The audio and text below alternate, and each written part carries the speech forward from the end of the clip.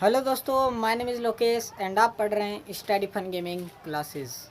आज हम class 10th की मैथ का अध्याय 1 वास्तविक संख्याएं रियल नंबर्स इसका लेक्चर नंबर 6 करेंगे। तो दोस्तों आज हम उदाहरण नंबर 3 देखेंगे कि उदाहरण नंबर 3 है तो उसके बारे में देखेंगे। तो आज हम उदाहरण नंबर 3 को हल करेंगे। तो दोस्तों शुरुआत करते हैं आज हमारे इस उदाहरण नंबर 3 की। तो उदाहरण नंबर 3 है क्या,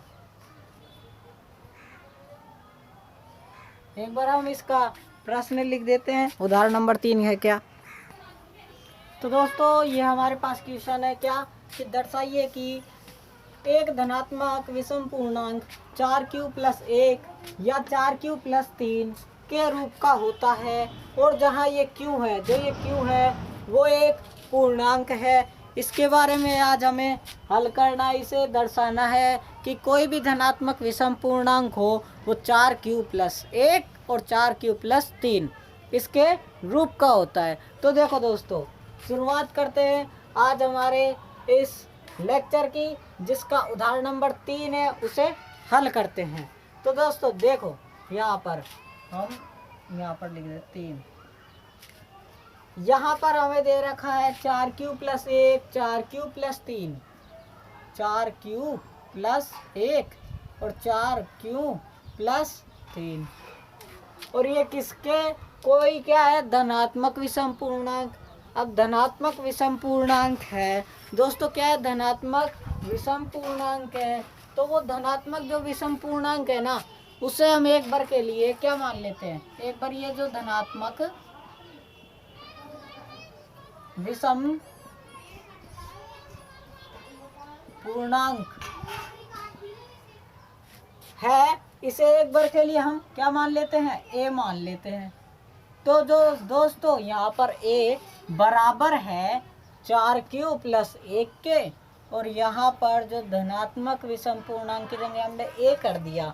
ए मतलब धनात्मक विषम पूर्णांक 4q+3 के, इसके भी बराबर है।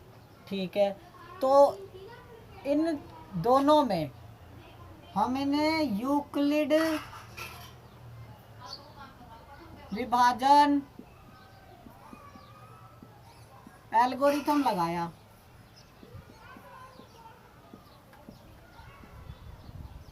हमने इन दोनों में यूक्लिड विभाजन एल्गोरिथम लगाया। तो यूक्लिड विभाजन एल्गोरिथम में क्या होता है कि भाई प्रमेयिका लगानी पड़ती है, यूक्लिड विभाजन प्रमेयिका। और वो क्या होती है, वो होती है ए बराबर होता है बी गुणा q+r के, ये होती है। ठीक है, तो यहाँ पर ए तो हमने इस धनात्मक विषम पूर्णांक को मान लिया। बी क्या है, बराबर के आगे वाला, तो यहाँ पे बराबर के आगे क्या है, 4 है, तो बी हमारा क्या आ जाएगा, 4 आ जाएगा। अब क्यू और आर को छोड़ दो। अब देखो दोस्तों यहाँ पर हमें क्या, अब हमें प्रमेयिका देखो, प्रमेयिका लगाओ चाहे एल्गोरिथम लगाओ, क्या चाहे प्रमेयिका के हिसाब से देखें। तो प्रमेयिका में हमने क्या पढ़ा था कि हमारे पास कुछ भी दे रखा हो, जिस तरह यहाँ पर ए बराबर है बी कितना है, ये बी कितना है 4 है, 4 गुणा q+r के, ये हमें पता है। अभी हमने शेषफल को नहीं लिखा, शेषफल की जगह हमने r लिख दिया। ठीक है, r तो हमने लिख दिया, b का मान रख दिया 4 है, a हमने मान लिया धनात्मक विषम पूर्णांक a मान लिया। ठीक है, और b की जगह 4 रख दिया, q का q ही रहने दिया, और जो शेषफल था जो भी कुछ था वो r रख दिया, ऐसे कैसे ही। दोस्तों देखो यहाँ पर जो भी चीज़ें होती है ना, ए क्या है, बी क्या है, क्यू क्या है, आर क्या है, तो देखो हमने इस तरह भाग दिया, ए के अंदर किसका दिया, बी का भाग दिया, क्या प्राप्त हुआ, क्यू प्राप्त हुआ, और ये क्या प्राप्त हुआ, आर प्राप्त हुआ। तो ये क्या है, ये तो होता है हमारा भाज्य, ये होता है भाजक, और ये होता है भागफल, और ये क्या होता है, ये क्या होता है, शेषफल। क्या, शेषफल। ठीक है, तो आर हमारे पास शेषफल है। अब हमें पता नहीं कि शेषफल कितने आ सकते हैं, हमने एक बार के लिए 1 और 3 की जगह आर रख दिया, एक बार हमने रिप्लेस कर दिया। ठीक है, हमने आर रख दिया उसकी जगह। अब देखते हैं कि आर के कितने मान आ सकते हैं। तो हमें पता है आर यानी कि शेषफल है वो हमेशा बी से क्या होता है, छोटा होता है। तो आर है ना वो 20, बी कितना है, 4 है, बी है 4, तो 4 से तो हमेशा क्या होगा, छोटा ही होगा, चाहे वो 0 हो, चाहे 1 हो, चाहे 2 हो, चाहे 3 हो। ये 4 ही तो है, 0 1 2 3, ये जो कि किससे, बी से छोटे हैं। आर की जगह अगर हम ये चीज़ प्राप्त हो हमें, तो ये हमेशा 4 से तो छोटी ही है, छोटी है ना। तो हमारे पास पता चल गया हमें, हमने आपको बताया था कि जो आर है ना वो हमेशा बी से छोटा होता है। अब बी का मान कितना है, 4 है। अब देखो 4 है ना, 4, तो लगाओ हिसाब कितने शेषफल आ सकता है भाई, 0 आ सकता है, फिर तो 1 भी आ सकता है, 2 भी आ सकता है, 3 भी आ सकता है, 4 से ज़्यादा नहीं आ सकता, 4 भी नहीं आ सकता। ठीक है, तो ये 4 शेषफल आ गए हमारे पास। ठीक है, क्या आ गए, ये 4 शेषफल आ गए हमारे पास।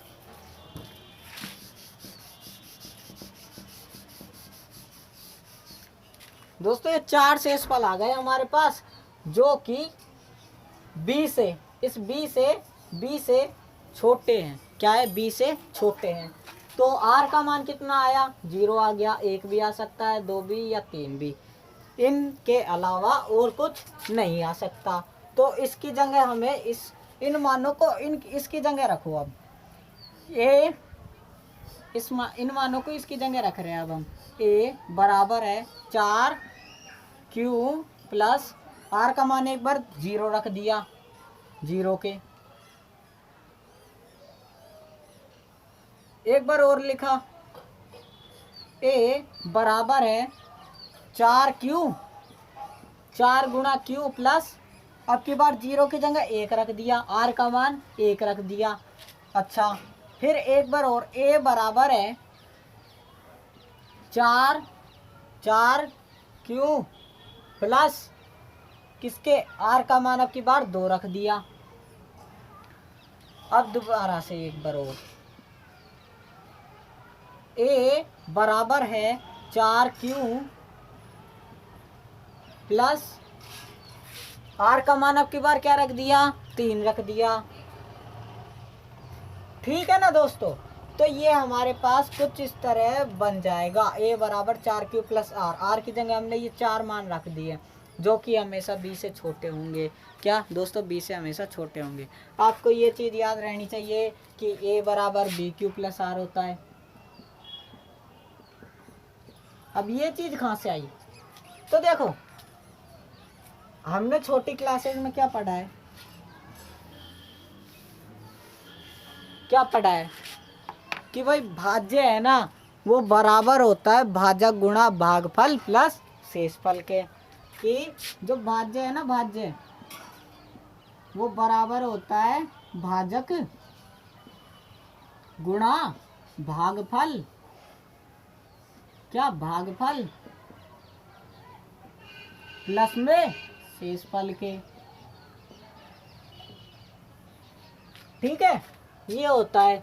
तो भाज्य का मान कितना है, भाज्य है ए, भाज्य क्या है, ए है, ए है बराबर है, भाजक क्या है, भाजक है भाई बी है, भाजक क्या है, बी है।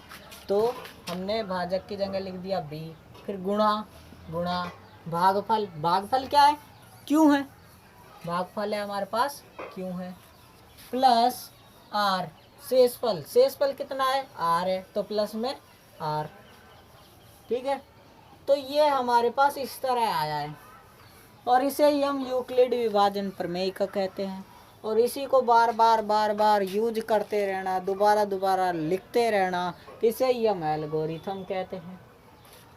ठीक है, तो हमारे पास यहाँ पर जो ये आर है ना, आर वो हमेशा या तो 0 के बराबर होगा या फिर b से हमेशा छोटा होगा, हमेशा छोटा होगा। किस तरह? अब b का मान कितना था हमारे पास? 4 था, तो 4 से r हमेशा छोटा होगा, तो 0 के बराबर, और 4 से छोटा कितना? 3। इन तो 0 1 2 3 ये 4 अंक आ सकते हैं शेषफल में। ये हमें पता चला, हमने r की जगह उनका मान लिखा, तो हमारे पास ये चीज़ें आ गई कि भाई ये चीज़ें ही प्राप्त हो सकती हैं।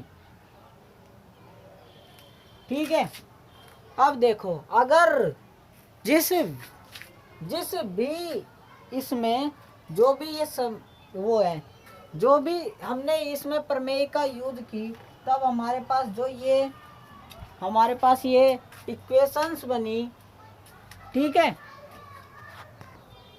तो ये जो हमारे पास इक्वेशंस बनी, जो ये धनात्मक पूर्णांक 4q प्लस 0 के रूप का हो सकता है, यही हमारे पास a है वो 4q प्लस 1 के रूप का हो सकता है, a है वो 4q प्लस 2 के रूप का हो सकता है, यही a 4q प्लस 3 के रूप का हो सकता है।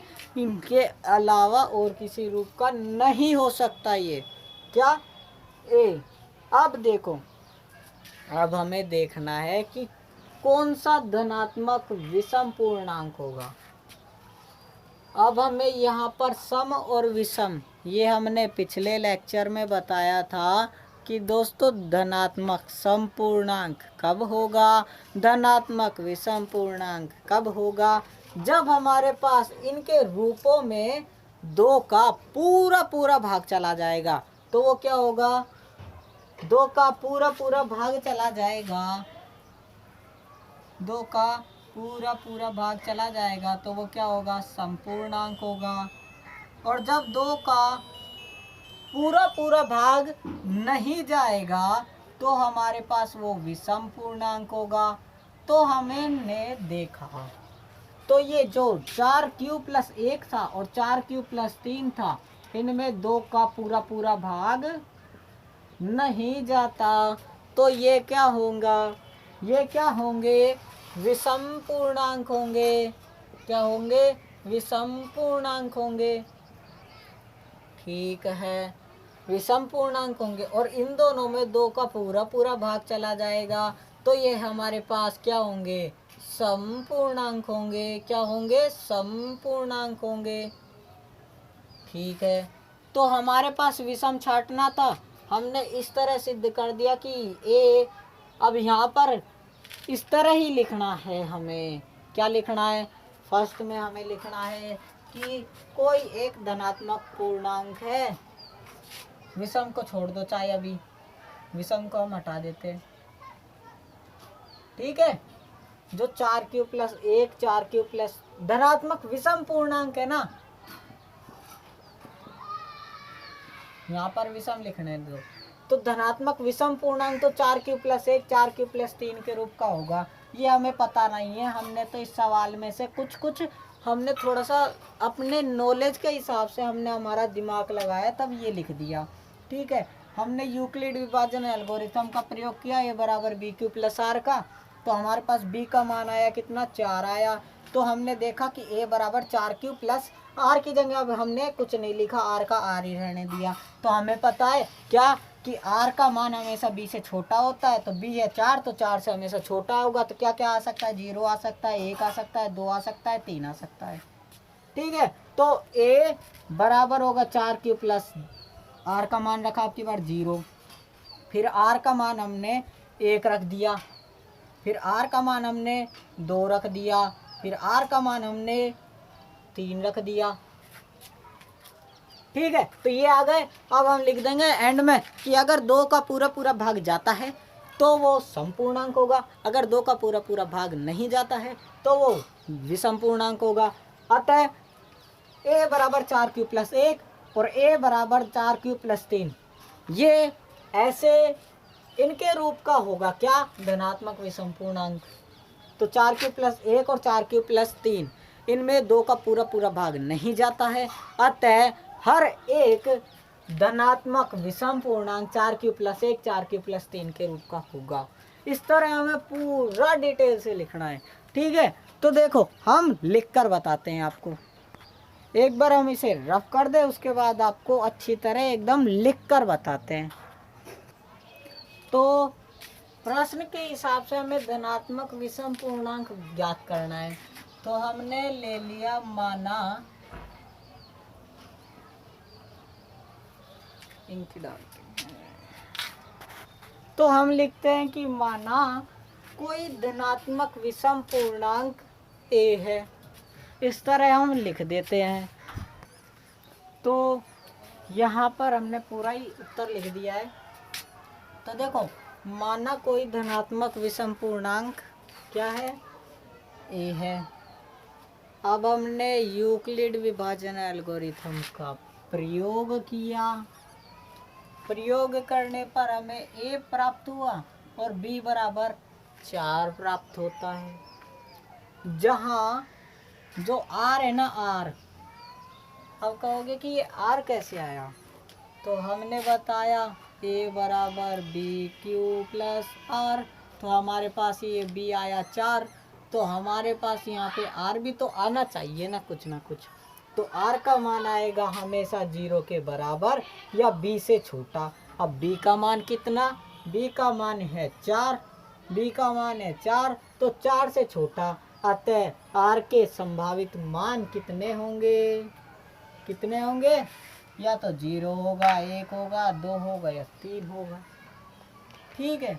अर्थात a संख्या के लिए r है ना, a संख्या के लिए 4 क्यों प्लस r का मान 0 रख दिया। इसी तरह 4 a का मान, b का मान क्या है 4 है ना, यहाँ पे लिख देते हैं। तो 4 क्यू प्लस 0, 4 क्यू प्लस, अब की बार 1, 4 क्यू प्लस 2, 4 क्यू प्लस 3 के रूप का हो सकता है।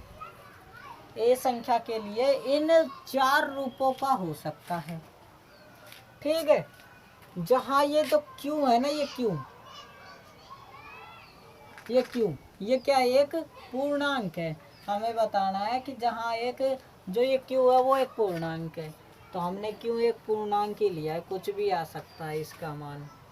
किंतु जब ए क्या है, धनात्मक विषम पूर्णांक, क्या है, धनात्मक विषम पूर्णांक है, तो 4 क्यू प्लस 0 और 4 क्यू प्लस 2, 4 क्यू प्लस 0 और 4 क्यू प्लस 2 के रूप का नहीं हो सकता। क्या यह है, कौन सा, ये ए है ना, ए, वो इनके रूप का नहीं हो सकता। क्या नहीं हो सकता, क्यों नहीं हो सकता भाई, क्योंकि ये दो है ना, वो 2 से विभाज्य है। अब 2 से विभाज्य हो गया यानी कि समपूर्णांक हो गया।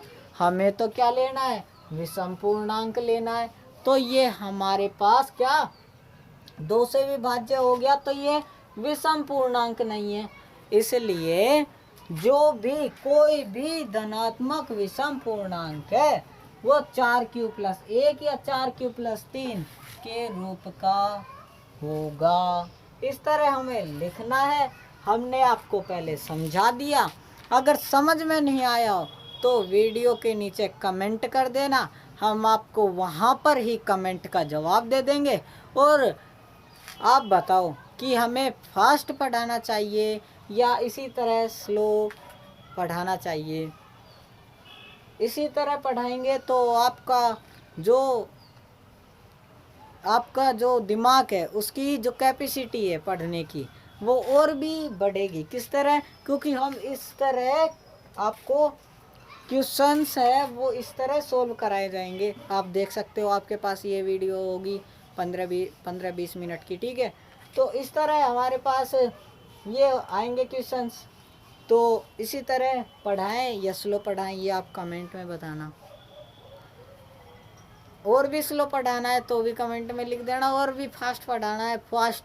आप तो बस एक वीडियो में इतना बड़ा उदाहरण लेके बैठ जाते हो, इस तरह नहीं है, ठीक है। तो आप बताना एक बार कमेंट में, ठीक है। और वीडियो कैसा लगा एक बार कमेंट में बताना, और बताना कि आपको कैसा लगा वीडियो, ठीक है। और वीडियो अगर अच्छा लगा हो ना तो लाइक कर देना दोस्तों, आपके एक लाइक से हमारा हौसला बढ़ता है, ठीक है। और पढ़ाने का उमंग है, उत्साह है, वो भी बढ़ता है। और आप अगर चैनल पे नए हो तो सब्सक्राइब करो चैनल को और बेल आइकन दबाओ, जिससे हमारी जो हर एक वीडियो अपलोड हो उसका नोटिफिकेशन आप तक पहुँचे, ठीक है। इसलिए चैनल को सब्सक्राइब कर दो, बेल आइकन दबा दो, और दोस्तों कमेंट तो कर ही दो, और ज़्यादा से ज़्यादा आपके दोस्तों तक शेयर करो, क्योंकि अगर मेरे सब्सक्राइबर्स बढ़ेंगे, लाइक बढ़ेंगे, तो मेरा हौसला और भी बढ़ेगा, ठीक है। तो दोस्तों मिलते हैं अगली वीडियो में, तब तक के लिए देखते रहिए, हंसते रहिए। Okay, bye bye. और हाँ दोस्तों, एक चीज़ भूल गया कहना, आपसे भूल गया, ये क्वेश्चन आ जाए ना, ये का ये छाप देना, या फिर मैंने जो पहले बताया वो कराना, फुल में से फुल मार्क्स मिलेंगे आपको। ये अच्छी तरह है कि उसको एग्जामिनर को समझने में थोड़ा सा दिमाग लगाना पड़ेगा, दिमाग उसमें जो हमने कुछ पॉइंट छोड़े थे ना, तो उनमें तो दिमाग लगाना पड़ेगा। अरे बी क्यू 4 बी बराबर 4, इस तरह इसमें है ना, हमने हिंदी सहित अपने को सारी चीज़ लिख दी, तो इस तरह करके आओगे ना तो और भी बेस्ट है, ठीक है। तो ऐसे ही देखते रहना, हंसते रहना। मैं मिलता हूँ अगली वीडियो में।